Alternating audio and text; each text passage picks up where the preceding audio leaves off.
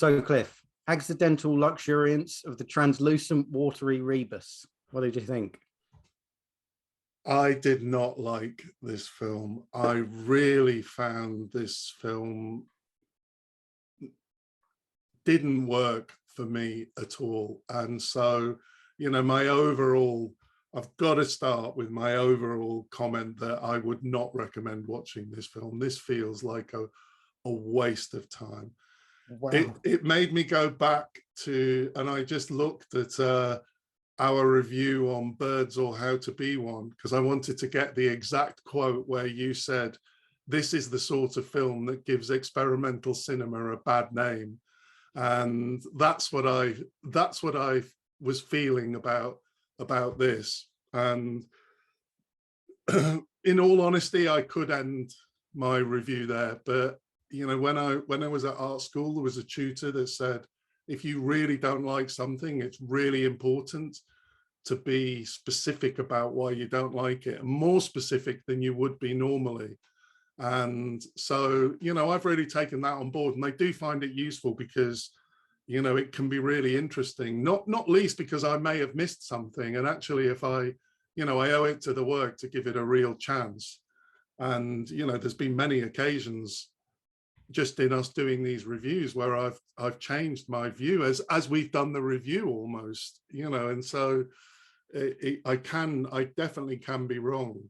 But even if I'm still going to criticize it, it's very useful to understand why I don't like it so much. So in terms of specifics, I think for most of the film, and this did change towards the end, but for most of the film, I felt that this was just random clips and pictures, and that the text was just meaningless and pretentious, the voiced over text. And then it had really cliched things like the crackling from a vinyl record and the hairs and dust on the film. I don't think they served any other purpose apart from just a pure aesthetic. That's kind of cool to have that crackling and the hairs on the film. And then, it feels like the clips that were used were kind of the Premiere Pro or Final Cut was used to add, interesting video effects, like distorting it or turning it into a negative. And it just felt like the filmmaker here was, is trying to make a kind of cool, abstract artwork that people all think is kind of coolly weird, right? And I tried to enjoy it as an abstract artwork, but it never delivered for me. It never crossed the line of doing that. And by the time it referenced Tarkovsky and Cronenberg, I just found that really irritating because it just didn't seem like it justified making, references to such icons as those two. Obviously, we had a discussion recently about titles around an artwork that we both worked on, and we had the discussion about simple titles versus titles that potentially say a lot. I like complicated poetic titles, especially with an abstract work, because I think the title is the thing that can give you, can actually give you a very simple map to approaching the abstract work. In this case, I don't think the title really helps on the whole. So, when I think my real problem with this film is it made me think. It has been an interesting process thinking about this, because I was thinking, what makes an experimental film work? A film that is weird and a film that is abstract. What makes it work for me? And it's all to do with the experience. It's very hard to put into words why it works. It either works or it doesn't. You know it when you see it. But I think if I was to try and identify, I do think there's got to be some real intention on the part of the artist. There's got to be a kind of coherency to the artist's intervention. You know, it doesn't, so if you're going to take a random clips and put them together, you know, I don't think just throwing random clips together makes an artwork. You know, it could be interesting to watch if they're totally random, but I think that the artist, the filmmaker, has to have an intention and a kind of certain level of intervention to give some coherency. And so the question is, how much coherency and how much intention does it need? So for a good example, I think, of something that wouldn't be an artwork in the way I'm defining it, is that TV static is a really interesting phenomenon. If you just watch TV static, you know, if you just put an old TV in a gallery not tuned in and just have static playing, you know, it's very compelling to watch. You know, you can see all kinds of things in it. The sound is interesting, but it's a lazy artwork, really, because there's not enough intervention.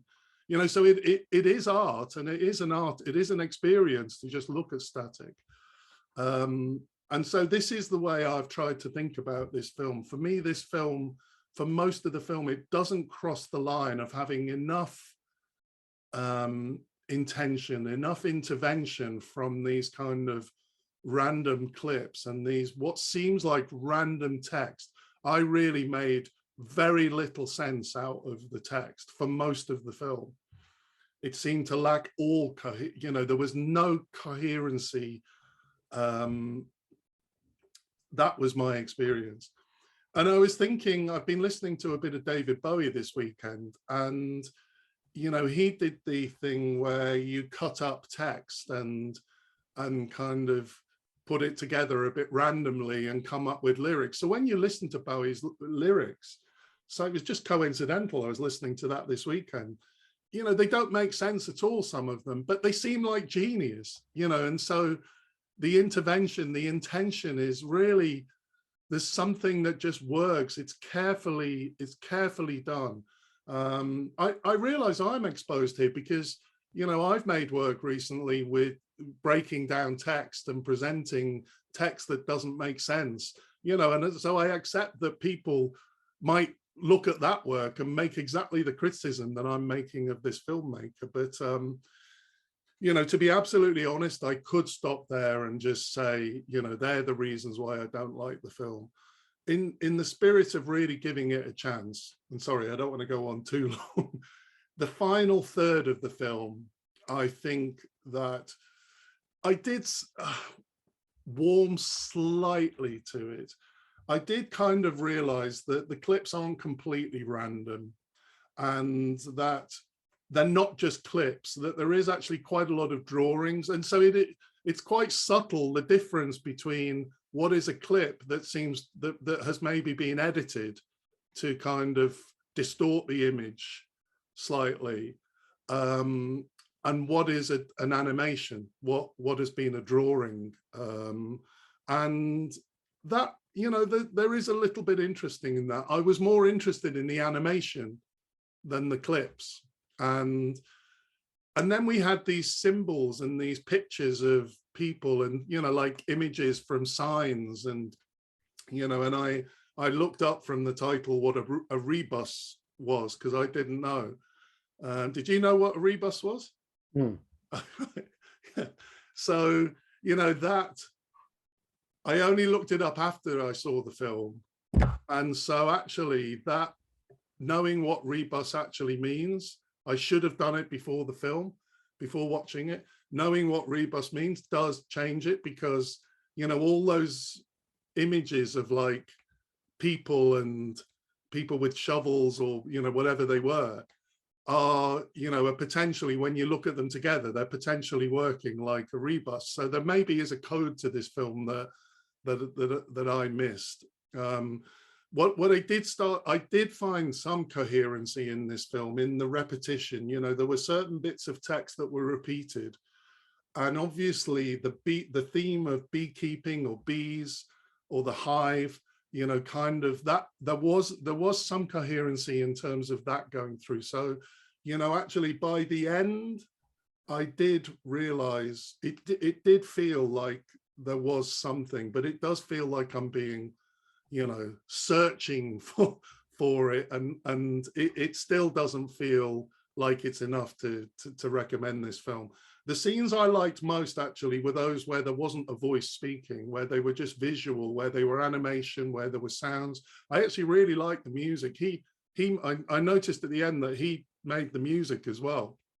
He wrote it, he directed it, he edited it, and he did the music.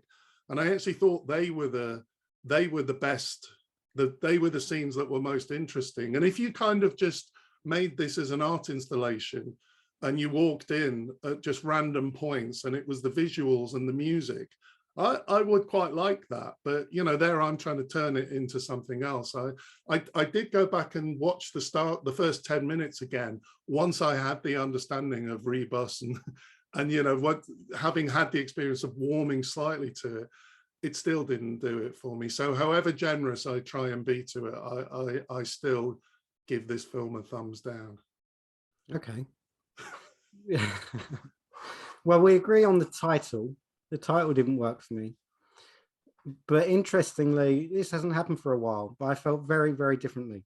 I thought it was, I really enjoyed it. I thought it was captivating. Wow. And it's got for me anyway, it's got a very compelling noirish feel with a kind of dystopian Soviet era edge, which appeals to everything I like. You know, I love noir and I love that kind of paranoid Soviet era stuff. It felt like Zamyatin crossed with Chandler. And I felt this is a film about the impenetrable bureaucratic nightmare of state oppression and someone being hunted by and sort of lost within it. There is a really interesting, I think, sort of cyclical narrative in there, you know, if that's the right word. I mean, it's a very loose narrative with this character Martin reappearing.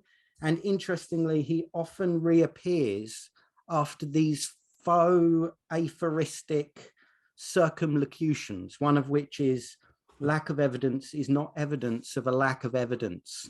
And there are lots of these phrases. In fact, most of the voiceover has this peculiar logic that almost sounds sensible, but not quite, which I think perfectly symbolizes the sort of logical, but labyrinthine and impenetrable nature of the whole language of Soviet era oppression and material, you know, what is it, dialectical materialism. And interestingly, funnily enough, I've been reading Midnight in the Century by Victor Sergei while I was watching, you know, not both at the same time, but that's the book I was reading while I was watching this. And that's a book about Victor Sergei was a revolutionary, like a proper revolutionary. He's also a fantastic novelist. And his novel shows really, really effectively that sort of, that peculiar obsession with terminology infected not just the Soviet state, but also the opposition and resistance. And so an abstract or a whole language almost that seems compellingly logical, but is actually frighteningly meaningless, is characteristic of both the oppression and the opposition to it. And if that is what this film is about, then I thought it beautifully captured that in this voiceover that was at once kind of dreamy and intoxicating and sensible and meaningless. And you've also got this kind of dichotomous relationship between the worker bees, the drones, and the queen. There is a hierarchical structure there, but each is dependent on the other for their job and to exist. And so I really felt like there was sense and meaning threaded through this, and it was put together really thoughtfully. But the voiceover does veer towards abstraction like the images. But I felt it had this mesmerizing, dreamlike quality. And I remember actually pausing it half an hour in and thinking, wow, half an hour's gone already. Like, because the thing is when you have a film that is not straightforwardly telling a story, sometimes there's not much to purchase on. And so even if it's compelling, it can be a bit tiresome, you know. But this just flew by for me. I thought it was really interesting. I loved the fact that all the voices are spoken into the microphone. There's no sense of distance. Everything goes straight into your ear. And I loved this crackling on the soundtrack, because what that did for me was give it this kind of confessional feeling. Like the whole voiceover felt confessional, even if strictly speaking didn't really make any sense, but it yet had this kind of revealing quality to it. So I felt very differently. And I think it's worth being kind of precise on our terminology, you know, because when we talk about like random clips, as you know yourself, filmmaking is fantastically laborious. Every decision has to be made. With static, you turn it on, stand back and watch the static happen. You can't just watch a film make itself, right? So it's all intervention. Everything that happens here is intervention. None of it made itself. So that's just a point I would make. And I think I found it very deliberate, very purposeful. I can completely understand how you could watch it and just think, doesn't work for me. But you know, for whatever reason, it really had an impact on me. And the other thing I was sort of alluding to before we started talking about it properly was that the fact that it had an impact on me really appealed to me, because I am fascinated by this idea that, and I wrote down in my notes, like dogs, we extract meaning from things that is not semantic. There is a physiological, emotional sense to the idea of meaning that precedes, undergirds, runs parallel to any kind of semantic or straightforward narrative meaning, you know. And this film had that. There was, I think, that sort of overarching Soviet era oppression, people being tracked by, so that thread ran through it. But more than that, it's a tone and an atmosphere that creates an emotional experience that I found really captivating. That's, you know what, I'm really happy that you've had that experience with it, because if I really missed something, I'm glad that you didn't. I can't agree with you. I you know, it hasn't changed my view of it listening to you, but you know, it's credible what you say, and I'm really happy that just my negativity isn't the only thing that we've got in this review.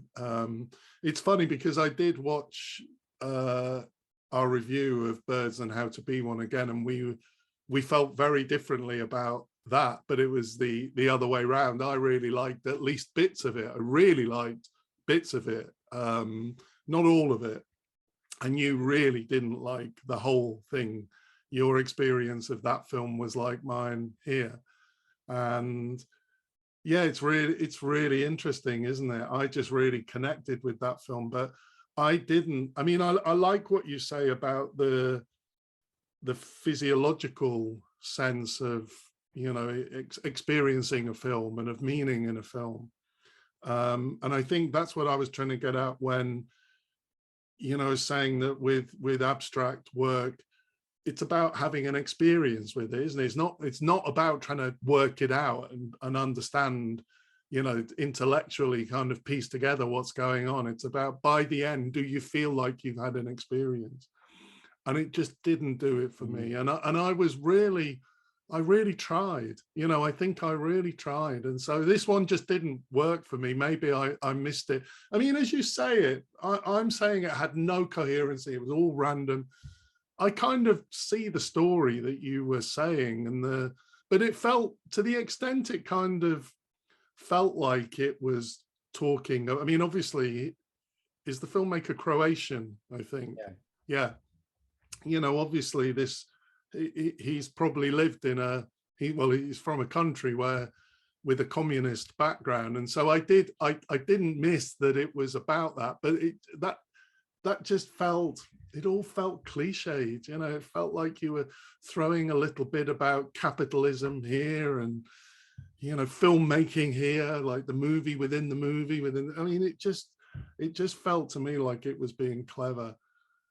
trying to be clever for the sake of it. But yeah, you know, I'm really glad that you have been able to kind of have a completely different experience with it.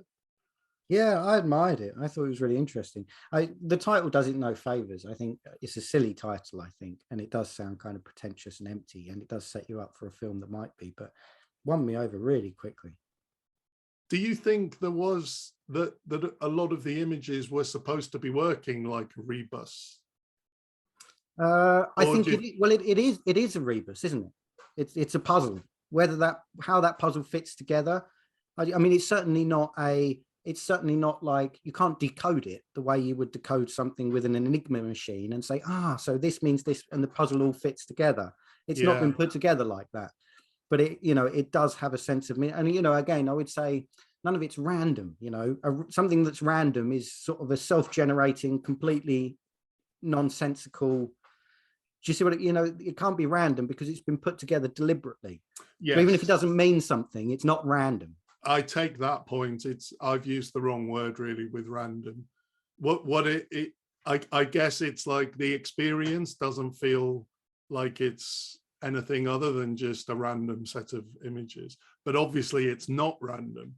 I mean, clearly this film was and I think those distinctions between what is actually real footage and what's animation and the blurring of that, and not knowing sometimes whether it was animated or whether it was distorted real footage, that there's probably a lot of work and a lot of technology in that. So I definitely can acknowledge that. Yeah. Well, an interesting one. It's been a long time since we really disagreed about something. So yeah, it's good and healthy, isn't it? Yeah, I think so. Yeah. So what are we doing next? Next up is a documentary called Notturno by Gianfranco Rossi. Looking forward to it.